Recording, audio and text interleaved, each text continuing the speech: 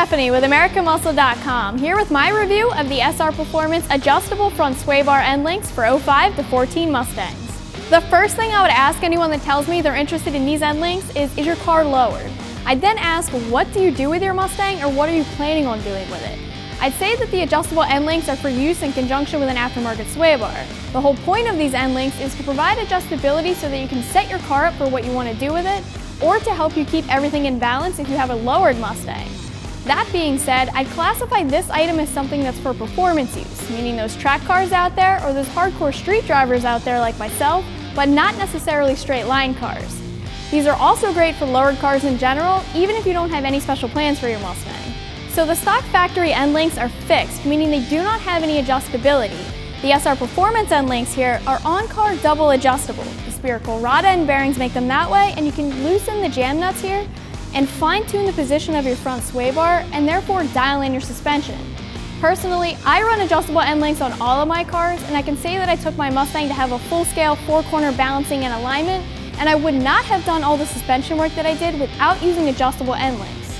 But getting back to the products on the table here, these end links are exactly how I'd like to see them. They're beefy and made from T6 aluminum, and look at the hardware. This stuff's all made in the USA, so it gets my stamp of approval. These guys come fully ready for install, and looking at price, they're a little bit on the more expensive side when you compare them to other options out there on the market, but the price point's actually a bargain when we go back to look at the quality that's being offered here. I was pleasantly surprised when I went back to check on the price of these, and I think they're totally worth the money, especially since they're so functional but also quiet at the same time.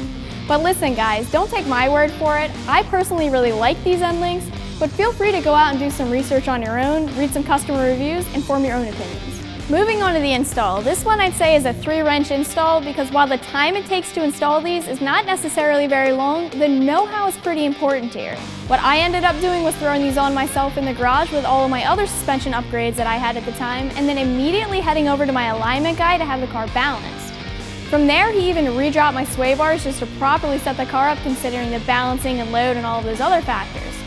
Even if you're not going as far as having your car corner balanced, I'd still rate this install as needing some expertise. So whether you're setting your Mustang up for some track time, or you're lowered and just looking to keep things in line, but you're still looking for a properly designed end link, you should check out this option from SR Performance. I'm Stephanie from AmericanMuscle.com, and I'll see you guys later.